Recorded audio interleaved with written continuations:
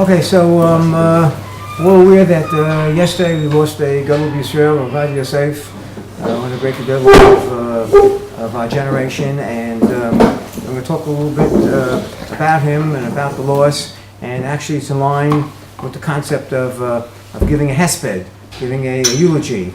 And actually the concept of Hesped is actually learned back from the time of Avraham Avinu.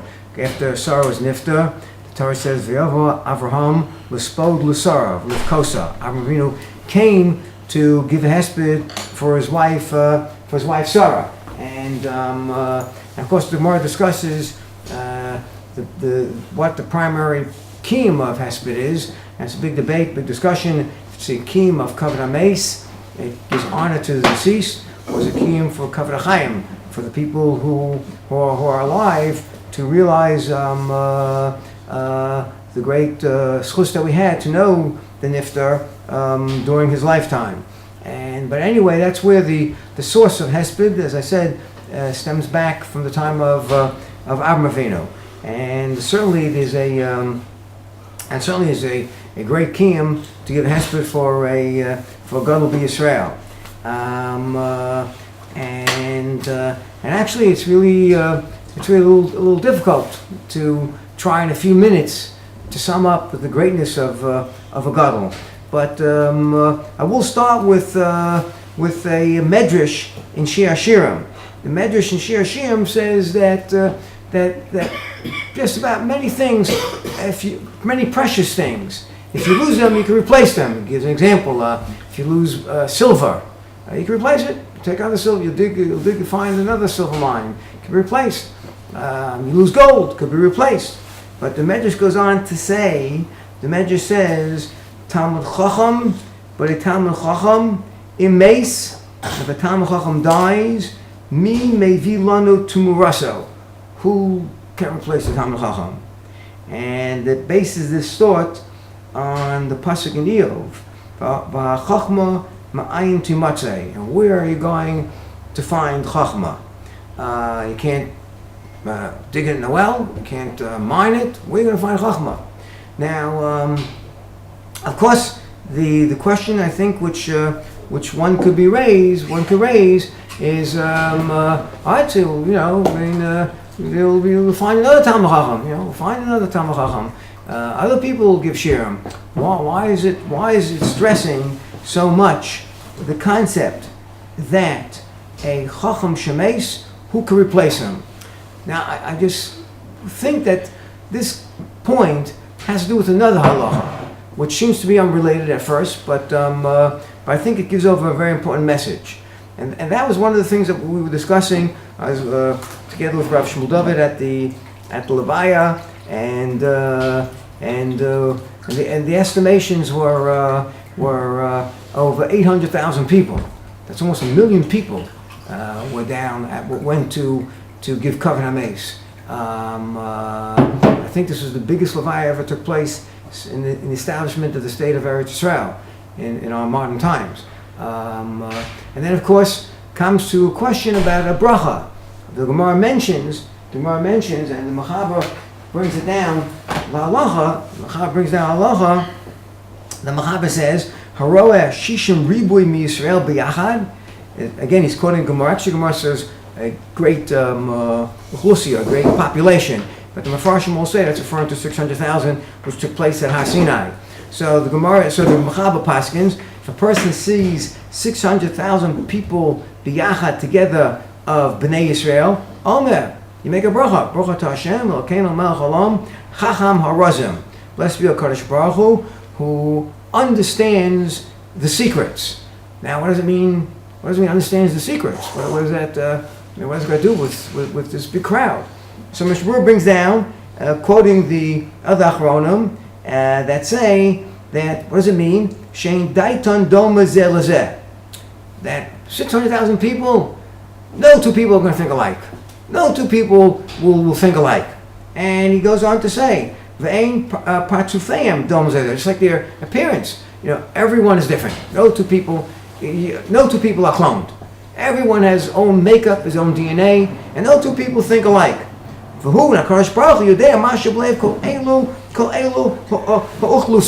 But Kadosh Baruch Hu knows what's in everyone's heart. So even though there's 600,000 people, everyone thinks different, everyone looks different. No two people are exactly the same. Everyone is a little different. But Kadosh Baruch Hu knows each one on a very clear-cut, individual basis. I guess using modern terminology, everyone has a little GPS chip in them, and the Kadosh Baruch Hu reads it very, very clearly. But it's interesting. The Rambam, according to Halacha, makes a little addition, and it raises a lot of questions amongst the Mefarshim. So Rambam starts off saying, Haroeh, a person sees Taf Reish Elef Adam Ke'echad, sees 600,000 people together. Then goes after the Goyim, okay, it's another topic, but he says, Im Yisrael Haim, if there's 600,000 Jewish people, Hu Be'eretz Yisrael, and they're in Eretz Yisrael, then Omer, then you make the bracha Toshen Chacham Razim. Everyone jumps up. What's it going to do with Eretz Yisrael? What's it with Eretz Yisrael? Okay, so some Mefarshim want to say that it's based on the Gemara where bracha was made by Harabayas. Okay, but still, okay, good, fine. That's what it's based on. But what's the meaning of the Gemara? What does it got to do with Eretz Yisrael? What does it do with Eretz Yisrael? There's 600,000 people. Kadosh Baruch Hu knows each one on an individual basis, which is a great understanding of a Kadosh Baruch Hu. What's it do with Eretz Yisrael? That's Eretz Yisrael. So 600,000, of course, is the concept of Kabbalah HaTorah. That's HaSinai. And I think that the bracha that we're saying is that Torah was given and it was accepted on HaSinai by 600,000 people, and everyone's different. No two people are alike. Everyone thinks different. One guy, his mind is more interested in this. Another guy's mind likes math. Another guy's mind likes physics. Another guy likes philosophy. Another guy likes halacha. Another guy likes Ian. Another likes Bekiyas. Torah's open for everybody. HaKadosh Baruch Hu made Torah that every single individual could enjoy Torah, appreciate Torah, and grow in Torah. Some people grow one way. Some people grow in great chakiros and great analytical approaches and ideas and conceptual ideas. Others will be outstanding in psak halacha. For them, they love psak. How you do this, how you do this, they'll know psak. Others will be in philosophy. Others will appreciate gemaras that deal with math. The calendar. How did the calendar predict the moon, the Hillel Sheni's thing? No one could say, Torah doesn't interest me. That's impossible. This Torah is open for every single individual. And every person, no matter what his background is, no matter how he was raised or where we learned before, he could learn Torah. And he could appreciate Torah. And yet, maybe it certainly is a challenge. Sometimes very hard. Yeah, okay, those are challenges. But Torah is always open and ready for every single individual. And where is the essence of Torah? Where is the essence of Torah after Kabbalah, after HaSinai? That's Eretz Yisrael. That's Ki Mitzion Teitzei Sarah. The psak halacha of Torah really comes from Eretz Yisrael. The Sanhedrin was in Lishkas HaGozes, opposite the Mizbeach and Harabayas. They're the ones who gave the final psak. So what it means is, if a person has a question, any individual, no matter what the question is, no matter what he should do, how he should act, what he should be, what he should follow, is a bezin for him. No one can say, Bezin's not going to understand my problem. I got a problem. For me, I can't relate. I can't do this. I can't do that. No, Bezin's there, open to hear your problem, to work with you. Torah is open for everybody. So what the Rambam is really saying is that the bracha, which the Gemara brings down, that Kadosh Baruch Hu understands everybody, that's really a kiyum in Talmud Torah. It's a kiyum in learning Torah. And that's a kiyum that Torah's, the greatness of Torah, HaKadosh Baruch Hu's greatness, it can serve everybody. No one could be excluded. No one could be left out from Torah. That's the essence of Torah. That's the chachma behind Torah. And that's Eretz Yisrael, because Eretz Yisrael is the height of the bezdin of Ki Mitzion Teitzei Sarah. That's where Al Pi Torah Sheyerucha. That's where Torah is dashing and learning. That's where the Sanhedrin comes out. That's the symbol for the concept of Torah. And I would say, of course, I'm not a Talmud of Rav Ovadia Yosef, Zecher Tzal Gavracha. I did go to hear shiur from him, and I was able to appreciate for many of his tshuvos, his greatness, his godless. But I would say that one of his great, outstanding attributes was he related to everybody. And the Levi yesterday proved it. And all the papers are just amazed that if every facet of life somehow was represented there. And I'm not just talking about Sfardim, of course, that's their posek. Ashkenazim were there, Hasidim were there. I was staying with Rav Shmuel David, looking at the group. You see modern Jews with tiny little kippot sugot, short sleeves, a T-shirt. I don't even know, just a modern as could be. You see a few inches away. You see Samach Hasidim staying there. You see Belzer Hasidim there, and who was it? Came there was in the car. The Ger Rebbe. He said Belzer Rebbe was the Belzer Rebbe. Who got in the car? We were there. Is that the Belzer Rebbe? No, it was the different Rebbe came. Oh, okay. It came from all over. Everyone was there, and not only the Shomer Shabbos people, but the president of Medinat Israel, Shimon Peres, went to the hospital, and he was there. I believe he was there again. I don't have a chance to pick up on all the news, but I believe he was there at the time of his death, or right immediately afterwards. He was at the hospital. Shimon Peres, who's not Shomer Shabbos. He's a very well, as far as I know. I mean, sometimes you can't tell. I don't feel Ashkenaz, but anyway, he's not known for him being osek and mitzvos. He was there. The prime minister represented himself. Every walk of life realized and understood the outstanding scholarship and commitment of Rav Ovadia Yosef, and respected him for that. There's no question I disagree with him. I mean, in his lifetime, Rav Ovadia Yosef came very heavily involved in politics, and anybody involved in politics does not walk away clean. That's a rule. Everyone, politics is half the politicians, half their money in campaigning is to talk lashon about the other guy. That's how it is. So, I mean, that's half the money goes for that, and whatever they can find, and whatever exists or even doesn't exist. But nevertheless, even though Rav Ovadia Yosef was very strong in politics and expressed himself very, very clearly what he meant and what he disagreed with in very clear terms. Nevertheless, the whole country recognized him. Every walk of life. He was able, in this respect, to demonstrate that a person who is involved in Torah can relate to every single Jew, from the greatest Talmidei Chachamim to the person who's not even Shomer Shabbos. He could relate to everybody, and he did relate to everybody, and that was part of his unique makeup, together with his scholarship, together with anybody. Like I said, I went to a few times, went to a few shiurim of his. He would sit there without a Gemara, without anything, and just begin to quote as if he had a screen in front of him. Today they have these screens, they could do it. He did without those screens. He walked out Shas literally in his mind, not his fingertips, but live in his mind. And I think that's really what the Midrash is telling us. The Midrash says, if Talmid Chacham that dies, mi mivi lanu tumurasa, who could substitute for him? Every Talmid Chacham is different. It's like every individual is different. Every Talmid Chacham has their own nature, their personality, how they put Torah together, how they understand Torah through their eyes. It's their Torah in a DNA type of structure. And that cannot be replaced. Anything else can be replaced.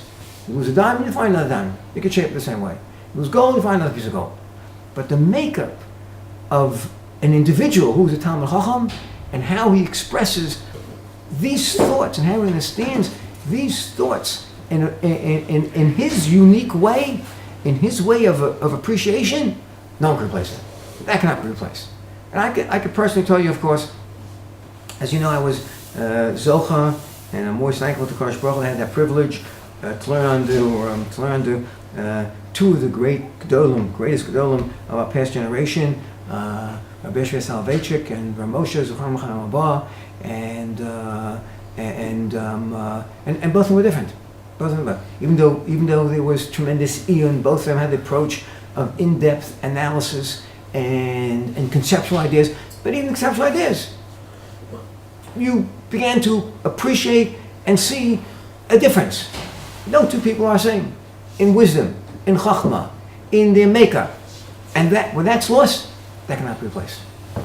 There's no makeup for that. It cannot be replaced.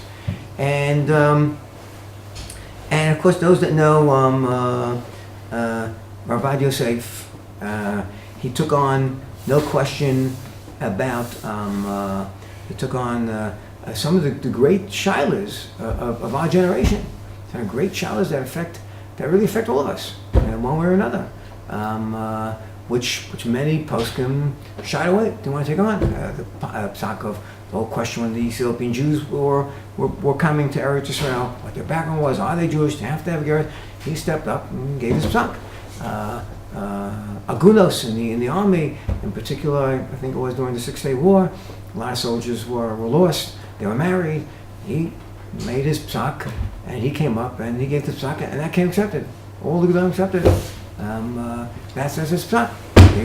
He was able to not only come up with a psak, but you have to have the ability to have firmness and strength and willing to tackle a problem and say, that's it.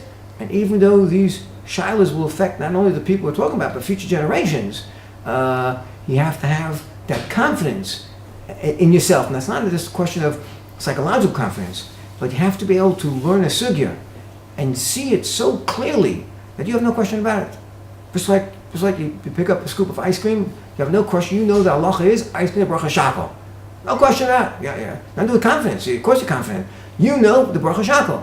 You have to have that level of confidence in yourself on questions that are extremely complex and affect not only these people, not only this generation, but other generations. Whole question of mamzerim, next generations.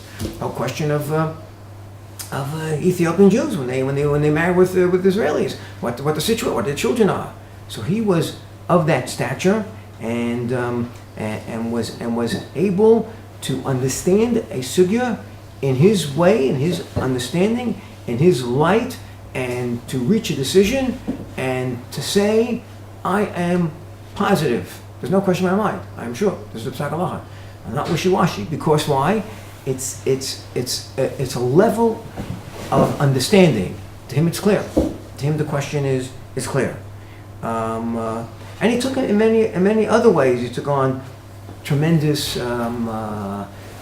challenges. Of course, he was the posek for his father. He was born in Baghdad. He came to Eretz Yisrael. Not sure exactly of the exact dates. And then he was asked to be, before Kamat Medina, before Israel was established as a state, he was asked to be chief rabbi of Egypt, which he went down to Egypt for a good couple of years. I'm not sure how many years. I think 5, 6. Anybody know? 3, 4. 3, 4. And then he came back to Eretz Yisrael, and eventually he was appointed as chief rabbi, chief Sephardi rabbi. And then when he retired from that, and all this time he's writing from. I mean, just to look at the in-depth amount of what he wrote, it's just remarkable. It's like a one-man encyclopedia. One-man encyclopedia. And writing just remarkable. And actually he stood up even to lead the Sephardi community in a very special and unique way. Up till his times, the Sephardim, their minig was to follow the Ben Ish Chai. Ben Ish Chai is a very big Gaon, and He came the posek, or he came the Shulchan Aruch of the Sfadim. Whatever the Ben Ish Chai says, that came the minhag of the Sfadim. Rav Ovadia Yosef stood up, and he had a lot of criticism at first. A lot of Sfadim were critical of him. He said, absolutely not. In fact, he swung the pendulum that the minhag of Sfadim is the Bet Yosef, Maran Bet Yosef, over the Ben Ish Chai. And he showed logically why that is the right approach. And like I said, at first many Sfadim Talmidei Chacham were very critical of him, but he was very firm and stood his ground. And that today primarily is, as far as I know, the Sfadim, the first choice of minhag is Maran Bet Yosef, and that is attributed to the commitment of Rav Yosef, who saw that is the proper way to follow, even though for many years Sfadim were following the Ben Ish Chai, and like I said, that influenced the whole Sephardi community in a very positive way, a very Torah-oriented way, because that's the approach of the Torah. If you feel this is the right way, you understand it, that's the way that you have to follow. I also think on another point that those who study a little bit of modern Jewish history, the Sephardim, there was a lot of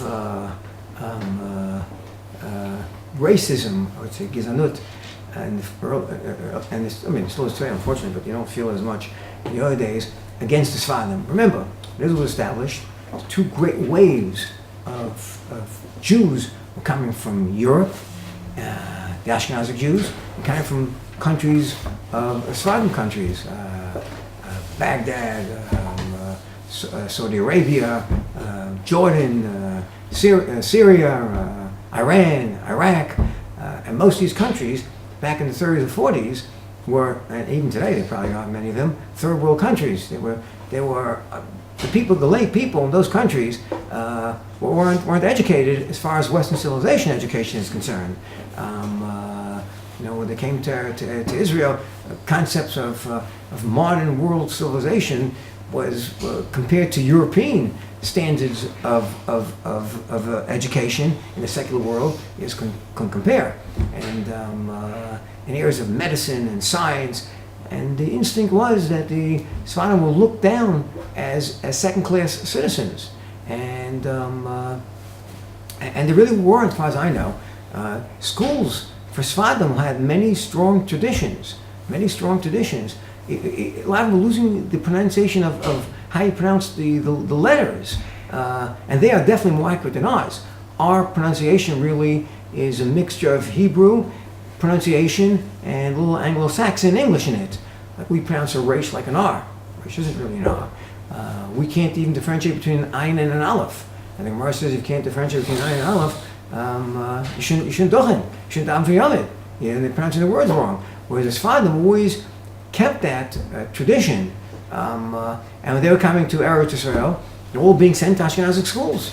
The only schools were schools were being sent to, and I believe that Rav Shach, they went to Rav Shach, and he said that they had a good time. He said they really should start something on their own, and it was Rav Ovadia Yosef who really took on the challenge and built under his direction schools, yeshivos, people to learn, and kolim, and encouraging people to learn Torah and to follow the minhag of Sfadim, and not to give up your minhag and to follow the Ashkenazim which you're being absorbed into. And he really maintained that block of strong minhagim of the Sfadim, and I think his acceptance by the whole world, the whole Jewish world, the whole Torah world, gave a lot of self-confidence to the Sfadim in general. We got to see, poskim recognize him, would quote him, and would respect him and look up to him. That in turn had a tremendous effect on the whole community of Sfadim and gave them a lot of confidence to continue to build Torah and to follow the minhagim and to practice the minhagim. And this, in my opinion, no doubt, is also a great contribution to Rav Ovadia Yosef. And I would just say that in conclusion, when we're maspid, we give Hesped, it shows us this is what we value. This is what we value. To us, this is important. We take off time, we go to Levaya, we give 800,000 people felt this is important to us, that whatever we doing, we have to stop, go to Levaya. We give Hesped in the yeshiva, there'll be Hesped going on for weeks. This is important to us. Because what's important to us? To us, it is Torah. That's the main thrust of our lives. And someone who, of the caliber of Rav Ovadia Yosef, who stood so much for Torah, who influenced worldwide Torah through his learning, through his halachas, through his psak, that's important to us. And that we look up to. And that comes an ideal or goal for us to follow in that path. And now, as we said, as the Midrash says, Chacham Shemeis, Mi Mevi Lanu Tumuraso, who could replace him? As the Pasuk Nia says, V'Chachamam Ayin Timatzei. Where are we going to find Chachmaitis? That's loss. And that was a loss that I feel all Klal Yisrael suffered yesterday with the passing of Harav Rav Ovadia Yosef, Zerat Ha'Gavraha.